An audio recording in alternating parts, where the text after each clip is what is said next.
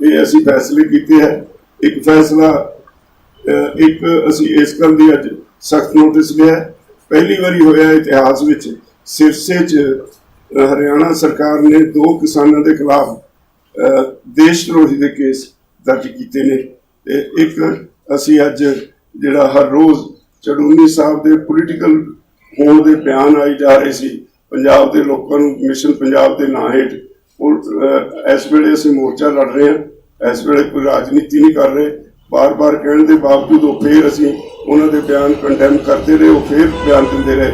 अज उन्हां दी इस कार्रवाई लई असीं 7 दिन लई उन्हां नूं सस्पेंड किया है और 7 दिन कोई बयान नहीं दे सकणगे, स्टेज पर नहीं जा सकणगे, इदां दी उन्हां ते पाबंदी लाई है। अज दे यही फैसले ने। मैं बेनती करांगा sir Prem Singh Pangu advocate Punjab Haryana high court साडे लीडर ने किसान जथेबंदी के जो सैडिशन के केस ने उहदे बारे कुछ कहना चाहूँगा।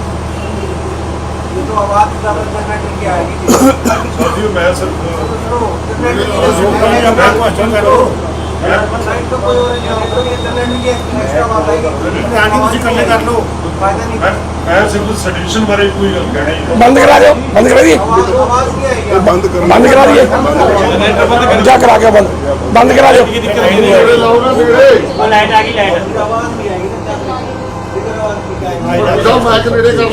तुसी आपकी लाइट ला लो।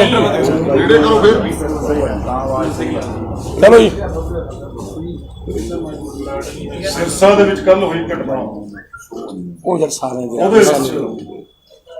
दो फार्मर्स के खिलाफ सडिशन का केस दर्ज किया। सडिशन 124 ए है जिन्होंने देश तो होके हटना। जिवें राजेवाल साहब ने कहा ये देश च और पंजाब के हरियाणा च मैं कहूँगा कि पहला केस है फार्मर्स के खिलाफ जो सडिशन का दर्ज किया। पहला होर बड़े केस दर्ज किए 307 से होर भी धारावां सन पर सडिशन पहला। मैं ये थोड़े जरिए कहना चाहूँगा भी ये बिल्कुल अनडेमोक्रेटिक है, अनकॉन्स्टिट्यूशनल है। क्योंकि कोई ऐसी घटना जी सिरसा च भी होर भी हुई ये देशद्रोही घटना नहीं।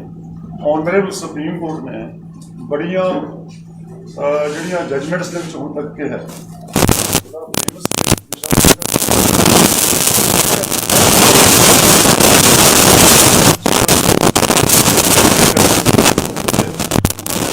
स्वामी का केस सुन रहे डेथ हुई 84 ईयर्स ओल्ड सी। वो छत्तीसगढ़ के जल जंगल में जमीन की रखी करता सी, पूरा लीडरता सी। उन्होंने बेल नहीं दी गई करके केस की सुनवाई करते हुए अपनी जज चंद्र ने कहा मर्डर ऑफ डाइसेंट कि कोई अलग विचार रखना ये कोई सडिशन नहीं। विशावरी के केस नताशा के case in so many cases supreme court कह चुकी है।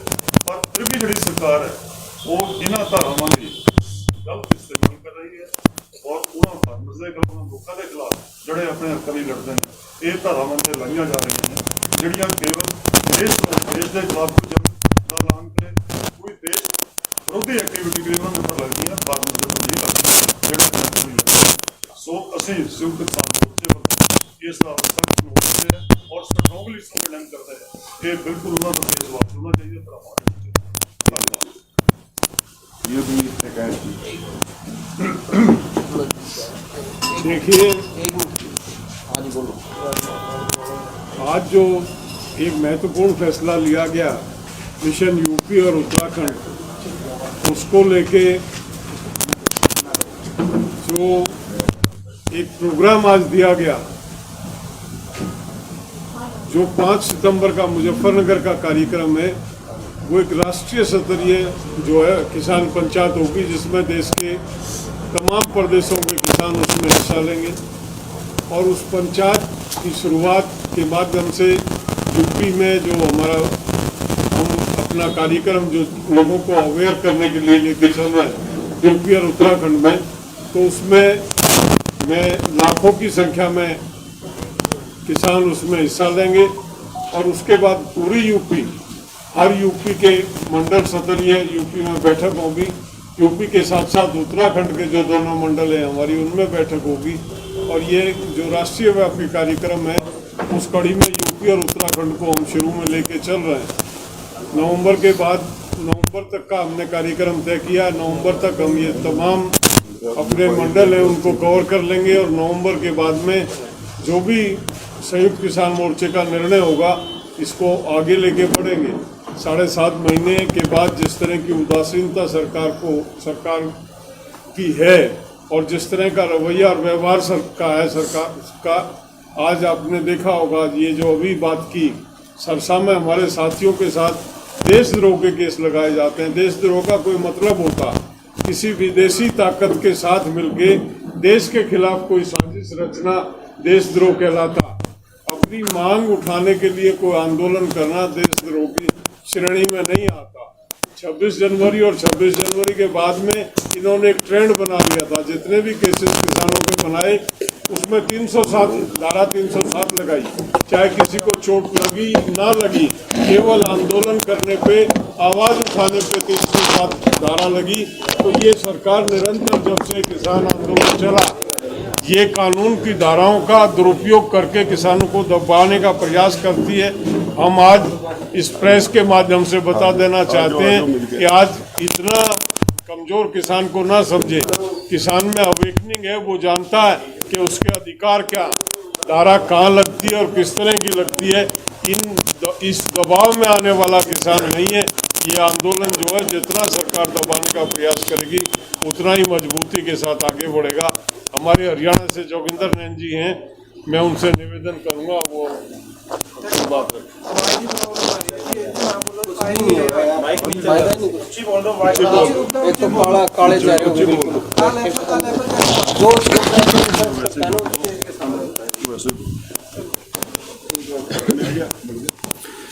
मैं जोगिंदर घासीराम नैन, प्रदेश अध्यक्ष भारतीय किसान यूनियन हरियाणा। मैं हरियाणा प्रदेश की सरकार की जो लगातार कारगुजारियां 7.5-8 महीने से हो रही हैं उन पर थोड़ा प्रकाश डालूंगा। जो संसद का कार्य था वो मेरे सीनियर साथियों ने बता दिया आप सब साथियों को। हरियाणा प्रदेश के अंदर लगातार 5-6 दिन से, पिछले जो 5-6 दिन का कार्यकाल है वो जजप्पा और भाजपा की सरकार के द्वारा हरियाणा के अंदर जो किसान आंदोलन में सक्रिय भूमिका निभा रहे हैं उनके ऊपर, किसान साथियों के घरों के ऊपर भी दबिश दी जा रही है इस आंदोलन के दौरान।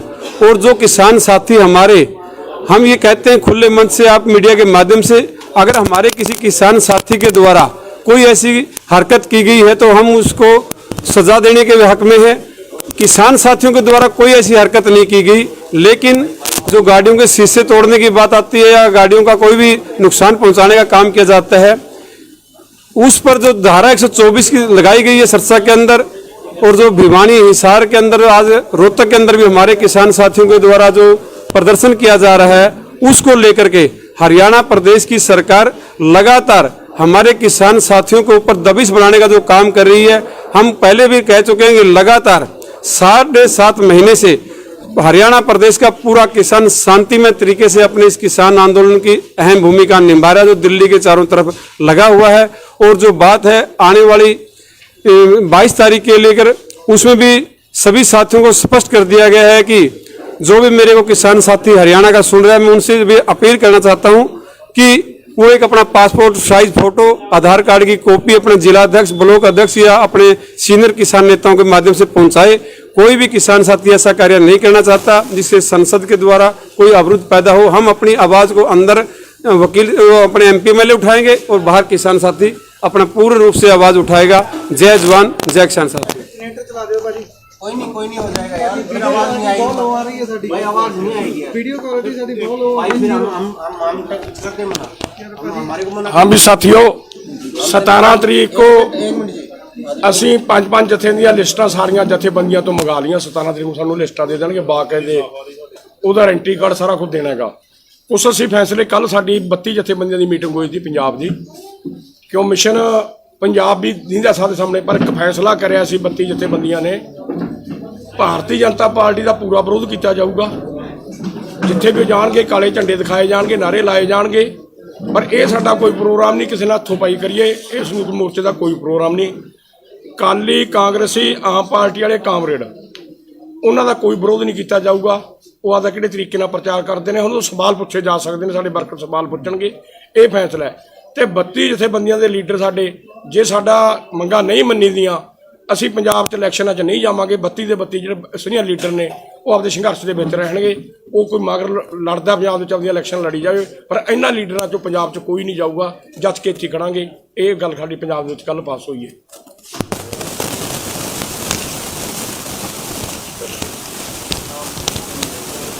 ਬੰਬੋਕ ਸਿੰਘ ਮਾਨਸਾ, ਪ੍ਰੈਜ਼ੀਡੈਂਟ ਭਾਰਤੀ ਕਿਸਾਨ ਯੂਨੀਅਨ ਮਾਨਸਾ।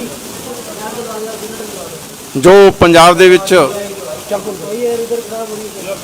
ਹਾਲਾਤ ਪੈਦਾ ਕੀਤੇ ਜਾ ਰਹੇ ਨੇ, ਉਹਨਾਂ ਦੇ ਮੱਦੇਨਜ਼ਰ ਅਸੀਂ ਸਾਰੇ ਪੰਜਾਬ ਦੇ ਲੋਕਾਂ ਨੂੰ ਬੇਨਤੀ ਕੀਤੀ ਹੈ ਕਿ ਜੋ ਕਿਸਾਨਾਂ ਦੀਆਂ ਸਮੱਸਿਆਵਾਂ ਨੇ, ਕਿਸਾਨਾਂ ਦੀਆਂ ਮੰਗਾਂ ਨੇ, 3 ਕਾਲੇ ਕਾਨੂੰਨ ਰੱਦ ਕਰਨੇ, MSP ਦਾ ਗਾਰੰਟੀ ਕਾਨੂੰਨ ਬਣਾਉਣਾ ਔਰ ਸਾਰੀਆਂ ਫਸਲਾਂ ਦੀ ਖਰੀਦ ਕਰਨੀ, ਬਿਜਲੀ ਐਕਟ ਜਿਹੜਾ ਵਾਪਸ ਕਰਨਾ, ਪ੍ਰਦੂਸ਼ਣ ਐਕਟ ਵਾਪਸ ਕਰਨਾ, ਤੇਲ ਦੀਆਂ ਵਧੀਆਂ ਕੀਮਤਾਂ ਰੋਕਣ ਵਾਸਤੇ ਜਿਹੜਾ ਹੈਗਾ ਉਹ ਸਾਰੇ ਅਸੀਂ ਲੋਕਾਂ ਨੂੰ ਅਪੀਲ ਕੀਤੀ ਹੈ। ਪੋਲੀਟੀਕਲ ਪਾਰਟੀਆਂ ਨੂੰ ਵੀ ਅਪੀਲ ਕੀਤੀ ਹੈ ਕਿ ਉਹ ਪੋਲੀਟੀਕਲ ਏਜੰਡੇ ਨੂੰ ਛੱਡ ਕੇ ਇਸ ਅੰਦੋਲਨ ਦੇ ਤੇ ਕਿਸਾਨਾਂ ਦੀਆਂ ਮੰਗਾਂ ਵੱਲ ਧਿਆਨ ਦੇਣ। ਕਿਉਂਕਿ ਅਜੇ ਜਿਹੜਾ ਹੈਗਾ ਇਲੈਕਸ਼ਨ ਦੇ ਵਿੱਚ ਕਾਫੀ ਸਮਾਂ ਪਿਆ।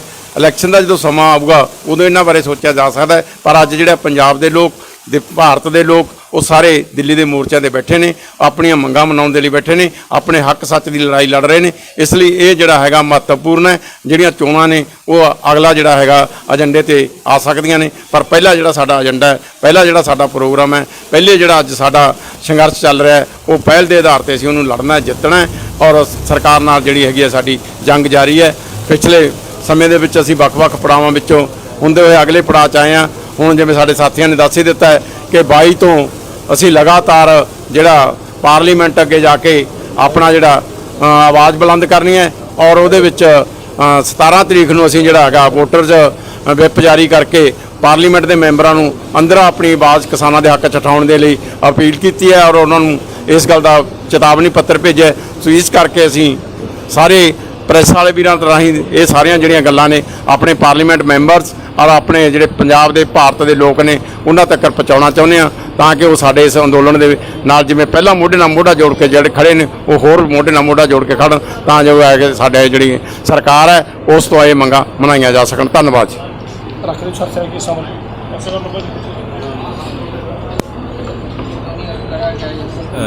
प्रहलाद सिंह बारूखेड़ा, प्रदेश अध्यक्ष हरियाणा किसान मंच। अरे सिर्फ चल गए।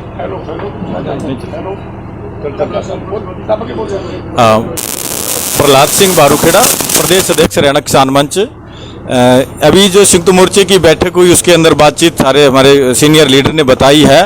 22 तारीख को संसद की तरफ जाएंगे। 200 किसानों का जत्था जाएगा हर रोज जब तक ये मानसून सत्र चलेगा तब तक जाएंगे और वहां पर बैठेंगे, धरना देंगे। अगर सरकार गिरफ्तारी करती है तो गिरफ्तारी देंगे और जब गिरफ्तारी नहीं होगी तो शाम को वापस लौटेंगे और अगले दिन दोबारा फिर 200 किसानों का जत्था वहां पे जाएगा। और ये जो सरकार है आंदोलन को तोड़ने के लिए, किसानों को दबाने के लिए तरह तरह के हथकंडे अपनाती रही है। पहले भी किसानों को ये अत्याचार करती रही है। अभी भी सिरसा के अंदर हमारे ऊपर देशद्रोही के मुकदमे इन्होंने लगाए हैं। जो स्पीकर है रणवीर गंगवा, एक संवैधानिक पद के ऊपर होते हुए यूनिवर्सिटी के अंदर जाते हैं। जो यूनिवर्सिटी है वो यूनिवर्सिटी छात्रों के पढ़ने की जगह है, ना कि किसी पार्टी की मीटिंग करने के लिए है। और वो पार्टी की मीटिंगों में जाके एक संवैधानिक पद पे होते हुए भी सभी मर्यादाओं का उल्लंघन करते हैं, असंवैधानिक कार्य करते हैं। मुकदमे दर्ज होने चाहिए तो रणवीर गंगवा पे होने चाहिए जो सरकारी गाड़ी का दुरुपयोग कर रहे हैं। और हमारे ऊपर जो शांतिपूर्ण तरीके से हम वहां पे प्रदर्शन कर रहे थे, मेरे नाम से पर्चा है, प्रहलाद सिंह बारूखेड़ा, और एक हमारे बुजुर्ग किसान है जो कम से कम 70 साल उनकी उम्र है, हरचरण सिंह जी, उनके नाम बाई नेम जो है देशद्रोही का मुकदमा दर्ज किया और 100 अन्य लोगों के नाम। हम इनको बता देना चाहते हैं आपके प्रेस के माध्यम से कि ना तो हम इनकी मुकदमों से डरने वाले हैं, ना इनकी गोलियों से डरने वाले हैं, ना इनकी जेलों से डरने वाले हैं। हम देश की बहुत बड़ी लड़ाई लड़ रहे हैं। जब तक ये 3 काले कानून रद्द नहीं हो जाते, MSP खरीद गारंटी कानून नहीं बन जाता, हमारा संघर्ष जारी रहेगा। हम घरों को वापस नहीं लौटेंगे ये 3 काले कानून वापस करवाने से पहले।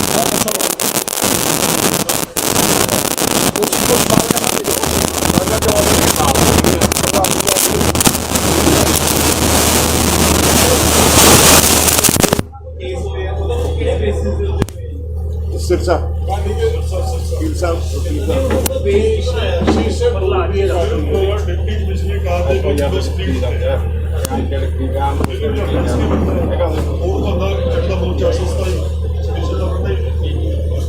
कमिश्नर फैसला बनता है क्रिमिनल एक्ट है, एक्ट नहीं किया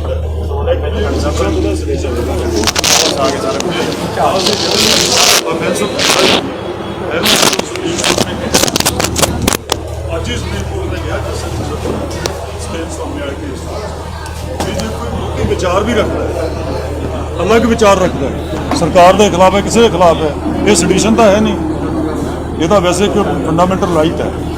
ਹੁਣ ਇੱਕ ਵਿੰਡੋ ਜਿਹੜੇ ਸ਼ੀਸ਼ੇ ਕਾਰ ਦੇ ਟੁੱਟ ਜਾਣੇ ਤਾਂ ਇਹਨੂੰ ਆਪਾਂ ਸੈਡੀਸ਼ਨ ਦਾ ਦੇਸ਼ ਧਰੋਹ ਕਿਵੇਂ ਕਹਾਂਗੇ। 227 ਹੈ, 332 ਹੈ, 53 ਹੈ, ਬੜੀਆਂ ਧਾਰਾਵਾਂ ਨੇ, ਪਰ ਸੈਡੀਸ਼ਨ ਤਾਂ ਇੱਕ ਬਿਲਕੁਲ ਅਲੱਗ ਧਾਰਾ ਹੈ ਨਾ। ਕੇਸ ਕਿਸੇ ਦੇ ਉੱਤੇ ਦਰਜ ਕੀਤੇ ਜਾਂਦੇ ਆ, ਇੱਕ ਹਰਾਸਮੈਂਟ ਦਾ ਹੁੰਦੀ ਹੈ ਨਾ, ਹੁਣ ਕਿਸਾਨਾਂ ਨੂੰ ਹਰਾਸਮੈਂਟ ਹੋ ਗਈ ਜਿਹੜੇ ਜਿਨ੍ਹਾਂ ਦੇ ਉੱਤੇ ਪਰਚੇ ਦਰਜ ਹੋਏ ਆ, ਸੋ ਉਹਦੇ ਅਗੇਂਸਟ ਕੀ ਕਿਸਾਨ ਵੀ ਪਰਚਾ ਦਰਜ ਕਰ ਸਕਦੇ ਆ ਕਿ ਸਾਨੂੰ ਇਸ ਤਰੀਕੇ ਨਾਲ ਗਲਤ ਤਰੀਕੇ ਨਾਲ ਹਰਾਸ ਕੀਤਾ ਗਿਆ, ਕਾਨੂੰਨ ਦੇ ਆਧਾਰ ਦੇ ਉੱਤੇ ਜੋ ਬਣਦੀ ਕਾਰਵਾਈ ਆ ਉਹ ਕਰਨੀ ਚਾਹੀਦੀ ਆ, ਪਰ ਜੇ ਇਸ ਤਰੀਕੇ ਨਾਲ ਕੇਸ ਦਰਜ ਹੋ ਜਾਂਦੇ ਫਿਰ ਹਰਾਸਮੈਂਟ ਤਾਂ ਹੁੰਦੀ ਆ। ਨਹੀਂ, ਲੀਗਲੀ ਚੈਲੰਜ ਹੋ ਸਕਦਾ ਜਦੋਂ ਕੋਈ ਵੀ ਆਫੈਂਸ ਗਲਤ ਲੱਗ ਜਾਏ ਇਨ ਦਾ ਕੋਰਟ ਆਫ ਲਾ, ਪਹਿਲਾਂ ਉਸਦੇ ਪਰ ਚਾਰਜ ਤੇ ਬਹਿਸ ਹੁੰਦੀ ਹੈ ਵੀ ਆਇਆ ਆਫੈਂਸ ਮੇਡ ਆਊਟ ਹੈ ਕਿ ਨਹੀਂ ਹੈ। ਜੇ ਆਫੈਂਸ ਮੇਡ ਆਊਟ ਨਹੀਂ, ਹੁਣ ਇਹ ਸਾਡੇ 26 ਨੂੰ ਫਾਰਮਸ ਤੇ ਲੱਗੇ ਆ, 307 ਸੀ, 307 ਦੇ ਵੀ ਕਿਸੇ ਨੇ ਕੋਈ ਸੱਟ ਨਹੀਂ ਮਾਰੀ, ਕੋਈ ਮੈਡੀਕਲ ਐਗਜ਼ਾਮੀਨੇਸ਼ਨ ਨਹੀਂ, ਕੋਈ ਡਾਕਟਰ ਨੇ ਲਿਖੇ ਵੀ ਇੰਜਰੀ ਡੇਂਜਰਸ ਟੂ ਲਾਈਫ ਹੈ, ਤਾਂ ਫਟਾਫਟ ਜ਼ਮਾਨਤਾਂ ਹੋਣਗੀਆਂ ਸਾਰਿਆਂ ਦੀਆਂ, ਕਿਉਂਕਿ ਐਵੀਡੈਂਸ ਹੀ ਕੋਈ ਨਹੀਂ ਸੀ। ਇਸ ਲਈ ਆਫੈਂਸ ਕੋਰਟ 'ਚ ਖੜਦੇ ਨਹੀਂ, ਜਿਹੜੇ ਲੀਗਲੀ ਪ੍ਰੂਵ ਨਾ ਹੋ ਸਕਣੇ ਹੋਣ ਔਰ ਜਿਹੜੇ ਲੀਗਲੀ ਵੈਲਿਡ ਨਾ ਹੋਣ, ਨਾ ਉਹਨਾਂ ਦੀ ਕੋਈ ਮੈਡੀਕਲ ਐਵੀਡੈਂਸ ਹੋਵੇ, ਨਾ ਸਪੋਰਟਿੰਗ ਐਵੀਡੈਂਸ ਹੋਵੇ। ਇਸ ਲਈ ਲੱਗਣਾ ਹੈ ਆਪਣੇ ਆਪ ਹੀ ਸਰਕਾਰ ਨੂੰ ਤਾਂ ਇਹਦਾ ਝਾੜਾਂ ਪੈਂਦੀਆਂ ਨਾ ਸੁਪਰੀਮ ਕੋਰਟ 'ਚ ਪ੍ਰੋਸੀਕਿਊਸ਼ਨ ਨੂੰ ਵੀ ਤੁਸੀਂ ਗਲਤ ਧਾਰਾਵਾਂ ਲਾਉਂਦੇ, ਕੋਰਟ 'ਚ ਖੜਦੇ ਨਹੀਂ ਆ ਕੇ, ਇਸ ਲਈ ਬਿਲਕੁਲ ਗਲਤ ਹੈ। ਇਹ ਮੈਂ ਕਹਿੰਦਾ ਵੀ ਸੰਵਿਧਾਨ ਦੀ ਵੀ ਤਾਂ ਜੇ ਉਡਾ ਰਹੇ ਆ, ਫਲਾਊਟ ਕਰ ਰਹੇ ਆ, ਡੈਮੋਕ੍ਰੇਸੀ ਨੂੰ ਵੀ ਕਰ ਰਹੇ ਆ, ਸਾਰਾ ਜਿਹੜਾ ਕੈਨਨਸ ਆਫ ਲਾ ਹੈ ਉਹਨਾਂ ਨੂੰ ਵੀ ਫਲਾਊਟ ਕਰ ਰਹੇ ਆ। ਇਹ ਲਾ ਕੇ ਸਰਕਾਰਾਂ ਜਾਣਬੁੱਝ ਕੇ ਐਜੀਟੇਸ਼ਨ ਕਰਨ ਵਾਲੇ ਲੋਕਾਂ ਤੇ, ਪੀਸਫੁਲ ਲੋਕਾਂ ਦੇ ਜੇ ਇਹ ਜਿਹੀਆਂ ਧਾਰਾਵਾਂ ਲਾਉਣਗੀਆਂ ਤਾਂ ਉਹ ਆਪਣਾ ਜਲੂਸ ਆਪ ਹੀ ਕੱਢਣਗੀਆਂ, ਕੋਰਟ 'ਚ ਉਹਨਾਂ ਨੂੰ ਆਪਣੀ ਪੋਜੀਸ਼ਨ ਆਪ ਹੀ ਖਰਾਬ ਹੁੰਦੀਆਂ ਨੇ, ਝਾੜਾਂ ਖਾਣੀਆਂ ਪੈਂਦੀਆਂ ਕੋਰਟ। ਇਹ ਬਿਲਕੁਲ ਤਾਂ ਹੀ ਅਸੀਂ ਮੰਗ ਕੀਤੀ ਵੀ 124 ਇਹ ਬਣਦੇ ਨੇ, ਇਹ ਧਾਰਾ ਖਤਮ ਕਰੋ ਔਰ ਕੇਸ ਨੂੰ ਤੋਂ ਵਾਪਸ ਲਓ। ਸਰ ਇੱਕ ਹਿੰਦੀ ਚ ਦੱਸਦੇ ਹਰਿਆਣੇ ਵਾਲੇ ਕਹਿੰਦੇ ਜ਼ਿਆਦਾ ਆਏ ਹੋਏ ਆ, ਗਵਰਨਰ ਨੂੰ ਗਵਰਨਰ ਸਾਹਿਬ ਜਾਣ ਦਾ ਐਲਾਨ ਕੀਤਾ ਸੀਗਾ 26 ਜੂਨ ਨੂੰ, ਪਰ ਜਾਣ ਨਹੀਂ ਦਿੱਤਾ ਗਿਆ ਸੀਗਾ। ਸੋ ਹੁਣ ਤੁਸੀਂ ਕਹਿੰਦੇ ਹੋ ਕਿ ਸੰਸਦ ਤੱਕ ਅਸੀਂ ਜਾਵਾਂਗੇ, ਜੇ ਸਰਕਾਰ ਨੇ ਰੋਕਣ ਦੀ ਕੋਸ਼ਿਸ਼ ਕੀਤੀ ਹੈ, ਪ੍ਰਸ਼ਾਸਨ ਨੇ ਰੋਕਣ ਦੀ ਕੋਸ਼ਿਸ਼ ਕੀਤੀ, ਫਿਰ ਕਿੱਦਾਂ ਹੋਊਗਾ? ਤੁਸੀਂ ਵੈਸੇ ਕਿਹਾ ਵੀ ਅਸੀਂ ਜਿੱਥੇ ਰੋਕਣਗੇ ਉੱਥੇ ਹੀ ਰੁਕ ਜਾਣਗੇ, ਕਿਤੇ ਰੋਕੋ ਉੱਥੇ ਫੈਸਲਾ। ਤੇ ਇਹ ਤਾਂ ਪਹਿਲਾਂ ਵੀ ਕਿਹਾ ਹੈਗਾ ਕਈ ਵਾਰੀ, ਆਪਾਂ ਪਰ ਫਿਰ ਵੀ ਡਰੇ ਜਾਂਦੇ ਆ ਤੇ ਕਿਸਾਨਾਂ ਨੇ ਨਹੀਂ ਇਹ ਸਵਾਲ ਦਾ ਜਵਾਬ ਅਸੀਂ ਦਿੰਦੇ ਹਾਂ, ਜਿਹੜਾ ਸਾਡੇ ਸੰਯੁਕਤ ਮੋਰਚੇ ਤੋਂ ਬਾਹਰ ਜਾਊਗਾ ਉਹ ਸਾਡਾ ਕੁਝ ਨਹੀਂ ਹੋਊਗਾ, ਉਹ ਸਾਡੇ ਮੋਰਚੇ ਦਾ ਵਿਰੋਧੀ ਹੋਊਗਾ, ਸਮਝ ਕੇ ਗੱਲ, ਵਿਰੋਧ ਕਰਦਾ ਹੋਊਗਾ, ਜਿਹੜਾ ਲੰਗੜਾ ਹੋਊਗਾ। ਅਸੀਂ ਸਿਰਫ 200 ਬੰਦਾ ਭੇਜਣਾ, ਕਿਸੇ ਦੂਜੀ ਜਥੇ ਨੇ ਕੋਈ ਸੁਨੇਹਾ ਨਹੀਂ ਦਿੱਤਾ ਵੀ ਆਪਦੇ ਬੰਦੇ ਲੈ ਕੇ ਆਉਣ। ਉਹਦੇ ਆ ਕੇ ਸਾਡੇ ਅੰਦੋਲਨ 'ਚ ਵਿਘਨ ਪਾਉਂਦੇ ਨੇ, ਸਾਡੇ ਅੰਦੋਲਨ ਨੂੰ ਹਰਾਉਣਾ ਚਾਹੁੰਦੇ ਨੇ, ਉਸ ਬਾਹਰਲੀਆਂ ਸ਼ਕਤੀਆਂ ਨੇ, ਉਹਨਾਂ ਨੂੰ ਨਹੀਂ ਇਹੋ ਜਿਹਾ ਕੰਮ ਕਰਨਾ ਚਾਹੀਦਾ। ਕੋਈ ਏਡ ਨਹੀਂ ਦਿੱਤੀ ਜਾਊਗੀ, ਜੇ ਸਰਕਾਰ ਉਹਦੇ ਪਰਚੇ ਦਰਜ ਕਰੇ, ਕੁਛ ਕਰੇ, ਉਹਨੂੰ ਜੇਲ੍ਹ ਭੇਜੇ, ਕੋਈ ਮਦਦ ਨਹੀਂ ਕਰੀ ਜਾਊ, ਜਿਹੜਾ ਤੋੜ ਕੇ ਜਾਊਗਾ। ਤੁਸੀਂ ਕਹਿੰਦੇ ਵਿਪ ਜਾਰੀ ਕਰਨਾ ਹੈਗਾ ਵਿਰੋਧੀ ਪਾਰਟੀਆਂ ਦੇ ਨੁਮਾਇੰਦਿਆਂ ਨੂੰ, ਹੋਗੀ ਵੀ ਉਹਨੂੰ ਤੁਸੀਂ ਘਰ ਘਰ ਉਹਨਾਂ ਦੇ ਜਾ ਕੇ ਮੇਲ ਕਰਦਾ 17 ਤਰੀਕ ਨੂੰ ਅਸੀਂ ਮਿਲਿਆ ਸੀ, ਸਾਡੀ ਇਨਫੋਰਮੇਸ਼ਨ ਮਿਲੀ ਵੀ 4 ਨੂੰ ਤਾਂ ਗਵਰਨਮੈਂਟ ਨੇ ਆਲ ਪਾਰਟੀ ਮੀਟਿੰਗ ਸੱਦੀ ਹੋਈ ਹੈ, 17 ਨੂੰ ਪਾਰਟੀਆਂ ਨੇ ਇੱਥੇ ਮੀਟਿੰਗਾਂ ਸੱਦੀ ਹੋਈਆਂ, ਇਸ ਕਰਕੇ ਅਸੀਂ ਮੇਲ ਕਰ ਦਿੰਦੇ ਸਾਰੇ। गुरनाम चटनी को वो सस्पेंड किया गया 7 दिन के लिए, क्या वजह रही, क्यों सस्पेंड किया? और राजनीतिक बयान दिंदा जी, आपसे बोले आपको फिर कैसे दिखाई, पता नहीं कैसे प्रेस कॉन्फ्रेंस कर। आज की मीटिंग में गुरनाम चटनी के मामले में क्या बातचीत हुई?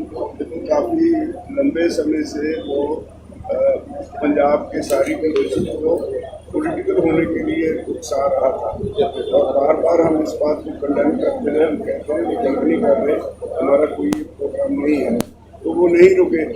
तो कल पंजाब की मीटिंग में सारी जथेबंदियों ने शिकायत की, तो आज उसके हाउस में, जनरल हाउस में फैसला करके 7 दिन के लिए उनको सस्पेंड कर दिया। वो 7 दिन स्टेज पे नहीं जाएंगे, ये बयान नहीं देंगे, ये उनको बंदी लगा रहे हैं। अगली क्या रणनीति रहने वाली है संसद के कूच के लिए? संसद कूच के लिए हम यहाँ से परसों किसानों का जथा संसद की तरफ कूच करेगा और अगर जाने दिया तो हम जाएंगे पार्लियामेंट स्ट्रीट और वहाँ जाके बैठेंगे सारा दिन। प्रशासन पहले से ही हाई अलर्ट है, अगर दिल्ली नहीं जाने दिया तो उनका काम है, हम अपना काम करेंगे। देखिए अब इस आंदोलन की जो स्थिति बन गई है ये इस पे सारी दुनिया की निगाह है। इस आंदोलन में नंबर की बात नहीं है, अब तो एक्शन की बात है। वो कुछ ना कुछ होना चाहिए, वो हम कर रहे हैं। तो दिल्ली चारों तरफ से पहले ही प्रशासन की टाइट है, तो आप जाएंगे कौन से? तो देखेंगे जहाँ से भी रास्ता मिलेगा हम सीधा जाएंगे। अरेस्ट करना है अरेस्ट कर ले, राज्यपाल साहब नहीं करना ना करें, हम जाएंगे सीधा। ਰਾਜਵਾਲ ਸਾਹਿਬ ਜਦੋਂ ਅਸੀਂ ਕਿਸਾਨਾਂ ਨਾਲ ਗੱਲ ਕਰਦੇ ਆ ਉਹ ਕਹਿੰਦੇ ਕਿ ਜੇ ਕਿਸਾਨ ਆਪਣੀ ਪਾਰਟੀ ਬਣਾ ਦੇਣ ਜਨਤਾ ਪੂਰਾ ਸਹਿਯੋਗ ਦੇਊਗੀ। ਤੁਹਾਨੂੰ ਨਹੀਂ ਲੱਗਦਾ ਵੀ ਕਿਸਾਨਾਂ ਨੂੰ ਪਾਰਟੀ ਬਣਾਉਣੀ ਚਾਹੀਦੀ ਹੈ? ਇਸੇ ਗੱਲ ਪਿੱਛੇ ਚੰਗੋਈ ਨਾਲ ਮਤਭੇਦ ਹੋਇਆ ਸੀ। ਫਿਲਹਾਲ ਅਸੀਂ ਮੋਰਚਾ ਲੜਨ ਆਏ ਹੋਏ ਹਾਂ, ਅਸੀਂ ਇਲੈਕਸ਼ਨ ਲੜਨ ਲਈ ਨਹੀਂ ਆਏ ਹੋਏ। ਸਾਡਾ ਟਾਰਗੇਟ ਕਿਸਾਨ ਮੰਗਾਂ ਨੇ। ਜਦੋਂ ਤੱਕ ਇਹਦਾ ਕੋਈ ਫੈਸਲਾ ਨਹੀਂ ਹੁੰਦਾ, ਉਦੋਂ ਤੱਕ ਇਸ ਪਾਸੇ ਦੇਖਣਾ ਵੀ ਸਾਡੇ ਲਈ ਪਾਪ ਹੈ।